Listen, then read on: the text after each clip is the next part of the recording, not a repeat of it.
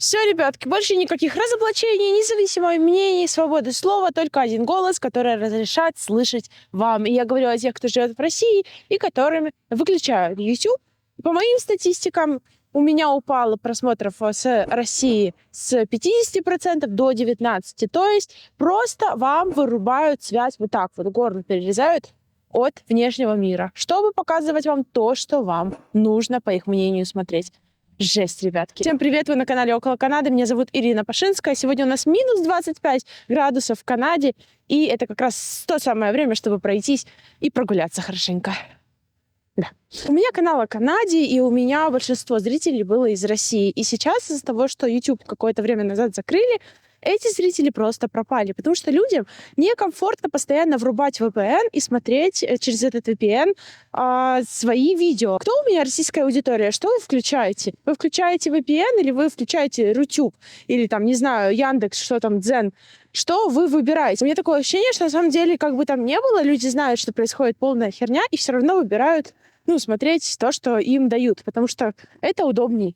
Выхода нет. Как будто перекрывают дорогу, и ты такой, ладно, нет, так нет, пойду смотрю что-то пропагандическое. Мы с вами это уже проходили. Facebook заблокировали, Instagram заблокировали, Twitter заблокировали, все заблокировали. Теперь очередь дошла до самого YouTube. Меня злит то, что интернет — это последний источник свободы у россиян. Последний. И его просто взяли и отобрали. Сначала убирают монетизацию, чтобы блогеры не могли зарабатывать, потом режут трафик, чтобы люди просто не могли это смотреть. Ну, а дальше полная блокировка. И, возможно, уже скоро даже с VPN вы не сможете смотреть YouTube, и другие платформы, потому что это просто будет заблокировано на государственном уровне. Все это делается поэтапно, чтобы люди привыкали, как и с другими аспектами жизни, которые делаются в целом в любом обществе, но в СССР мы видим, что это жестко, социалистично и как будто бы вот батькиной рукой, что очень неприятно, и они делают это понемногу, чтобы вы не замечали, и такие, ну ладно, YouTube, ну ладно, что там говорят другие люди, да ладно, что происходит вокруг мира, неважно, какая разница, у нас же есть Россия.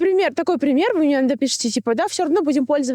В Китае YouTube заблокировали в 2009 году. Никто им не пользуется, о нем забыли. Просто люди даже не помнят, что такое YouTube. Они пользуются своими сетями, которые им предоставил китайское государство. На вопрос, зачем это нужно, ответ очень прост. Это тотальный контроль над умами людей. Вот он, тотальный контроль над вами, только тем, что не дают вам смотреть информацию. Просто смотреть и слушать информацию. Ребята, сейчас еще можно найти какие-то альтернативные точки зрения, а потом откуда это будет все браться? Все будет чисто, кристально, просто дезинфектором промыто, чтобы у вас не родилась никакая-то мысль другая, кроме той, которая нужна им. И многие думают, ладно, обойдусь без Ютуба, без Телеграма, без новостных сайтов, без телевизора, без зарубежных соцсетей. И все, что вы узнаете потом, что происходит за пределами страны, это будет только то, что вам скажут.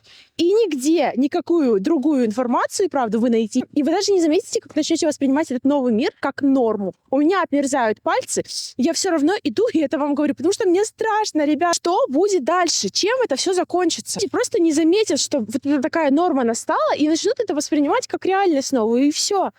И у нас есть выход, у вас есть выход. Это распространять эту информацию, говорить об этом, не молчать. Да ужас какой-то просто происходит. Ребятки вас отрезают от мира, отрезают от всего, заставляют действовать и жить так, как хотят они. И никого не волнует, что вы об этом думаете. А люди боятся. Я веду несколько ютубов на разных языках, и мне пишут, россияне просто боятся хоть даже просто сказать свое мнение. Это ужасно. И я не виню людей, я виню в том, что мы не можем собраться вместе и сделать что-то с этим. Это просто какой-то кошмар. Это просто какой-то, я не знаю, концлагерь будущего. Для меня это так страшно. Нас отрезают полностью, обесценивают, не думают о том, что хотим и делаем мы, и мы обязаны что-то с этим делать. То, что сейчас мы можем сделать, пользоваться VPN, максимально стараться распространять эту информацию, чтобы люди начинали осознавать, что все очень плохо. Но если уже людей отрезают от интернета, от социальных сетей внешних, ребятки, очнитесь. Это Северная Корея просто. Следующим шагом будет полная проверка любой личности и полноценный, масштабный, гигантский контроль. Страх страшный. У меня все замерзло. Я сказала то, что я хотела. Я надеюсь, что это дойдет до того, до кого должно дойти. Обязательно делитесь этим видео, чтобы другие люди тоже знали это, потому что мы должны это распространять. Мы не можем молчать. Мы не можем молчать. Единственное, что мы можем сделать, мне кажется, как маленькие люди, это говорить, хотя бы говорить о том, что важно. Поэтому спасибо, ребятки, что посмотрели это видео. Надеюсь, оно для вас было полезным.